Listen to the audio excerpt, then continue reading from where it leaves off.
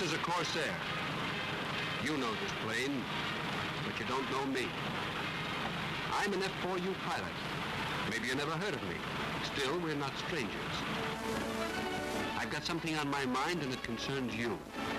You, the workers, the men and women out of whose hearts, fingers, hands, imaginations, sweat and toil has come a living, throbbing thing.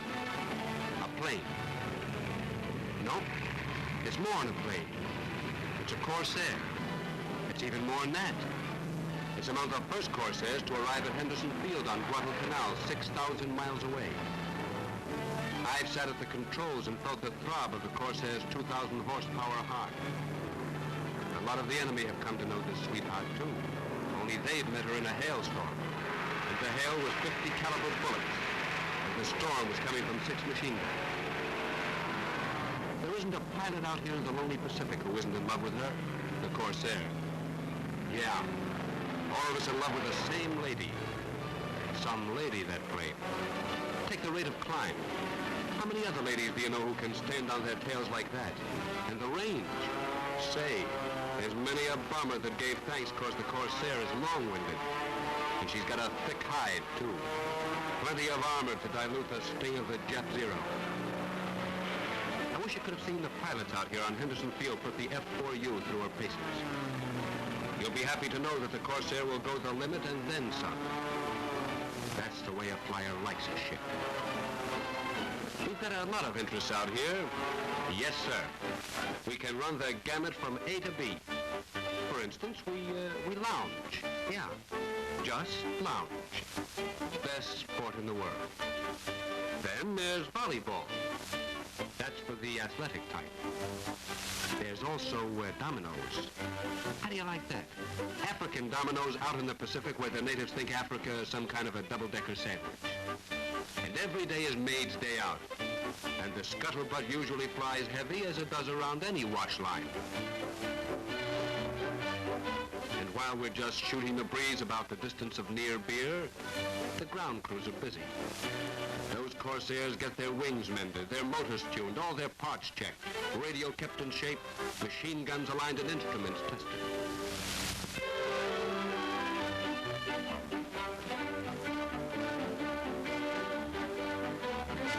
Maybe you've heard differently, but flyers eat, too. Next to a letter from home or dreaming of the girlfriend, chow comes first. Yeah, we eat hot food prepared by the chief chef, Louis de Ritz. The Corsair eats clean oil, and the Zero eats bullets. Best diet in the world for them. And every day, most of the time when we're hitting the spuds and beef, it happens. Zeros. Flock. 15 or 20 of them high, coming in out of the sun. Your heart turns a flip-flop and your guts tighten. There's only one thing on your mind now. How'll it be today? Will the Corsair stand up? Will she be fast enough to make? How'll she move her hips out there where the air's thin? Most of all, what about the firepower? How'll it stack up against the Zero? While the CO, Major Gregory Weissenberger, gives us the lowdown on the approaching enemy, the ground crew is out warming up the Corsairs. They're coming in from the west. 23. Altitude about 14,000. Use the regular formation. Any questions? Okay, good luck. Shove off.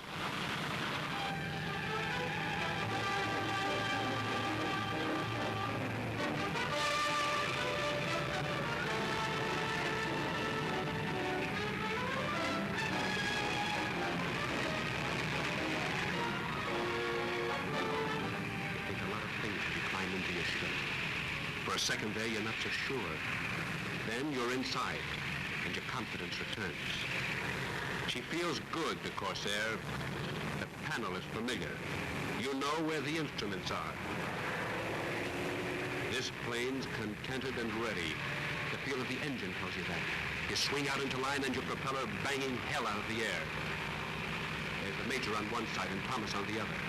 And next there's the Fabio grinning, always grinning. And down the line there's Henderson and Leary and Wynia and the others. Same gang, same planes, same enemy. Then you're moving along the steel matting. She's eager, the Corsair. When she feels that matting, she knows what's coming. And now the matting looks like a bleary-eyed river. And then you're up and she lets loose a howl of glory right from the belly. And if you don't look out, she'll run away from you. All at your back she is. Trim, hot, angry, ready and spoiling for a fight. It doesn't take long then. Seconds. First there's space. Gnats of death in formation. No suckers, those jets. No, sir. And they've got good planes, too. Yeah. Fast. And plenty maneuverable. It takes a good ship to outfight the Zero. And the Corsair is that ship. The toughest thing to do is to wait. What you do? You fight the Marine Corps way. No use throwing punches until you can hit the enemy. So you wait. Then you see him coming into your sights. And then you open the Corsair's lips and she talks. Yeah, she talks loud and fast. Faster than anything the enemy ever heard before. And when you see that first Zero splitter, you know this day will be like the others. The Corsair will bring you through. You know what the plane can do, and the Japs know too. For a while, they keep coming. Sometimes head-on, aiming for your nose, their guns blazing. But the Corsair finds them, smashes and destroys them before they can slip away. Sometimes they try to escape. They'll dive for the ocean, make you think they're hit. And you follow them down, puncturing the air with fire, and the fire finds the Zero and reduces it to nothing. Then, as you get your second wind, the Jap decides the weather isn't so good and that he'd better get the hell out of there anyway. So you chase him for a while and then turn back, and all the way you're thinking that the box score is up. Yeah. For our squadron in the last 6 weeks, it's been 104 zeros. And remember this, we're just getting acquainted with this plane of yours. Wait till we get to know her better. And then, buzz the field. That means everything's okay, start dealing the next poker hand. Well, maybe it's not in the books, but what the hell. We're writing the books and we feel pretty good. So we try a couple of new ones with the Corsair. Sort of let her hair down. Not a groan, not a complaint. She loves it just as much as we do. We may play a little bit in the air, but we know our job is strictly business. It's built on facts and figures. We know our planes and we know the enemy.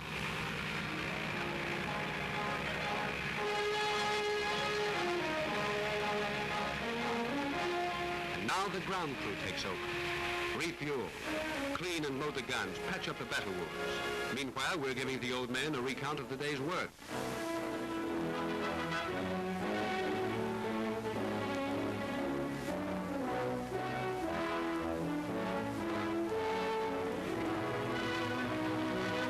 First, is everybody here? Greg? Here, sir. Thomas? Here, sir. DeFabio? We look around. The old man goes right on checking off the names. Garrison? Here, sir. Leary? McCleary? Hotor? Wynia? But what about DeFabio? You miss his grinning face, and you get a sticky feeling high up in the chest. Then it sags and drops into your belly and stays there, choking off the breath. You think there isn't a lousy Jap in the world who could have gotten Fab. Not him. Not Fab, who once brought his plane back minus 46 inches of wingtip. And suddenly, you see a funny look in the old man's eyes. His arm throws your attention to a plane. DeFabio. Number 19. He's coming in, and he's all there, too. You can tell that by the way he sets her down.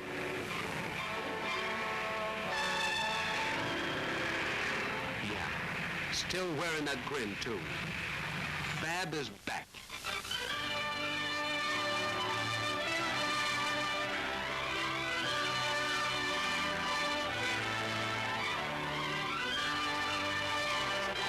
He's checked off, and you find out you're hungry. And that's because you never finished your chow in the first place. That's about all, I guess. Keep him coming, citizens. Keep him coming. Fill the sky with the heartthrob of the Corsair. She'll be the first one to set her wheels down on the streets of Tokyo. What's that I had on my mind? Oh, I just wanted to say thanks. Thanks for the Corsair. The pleasure is all ours.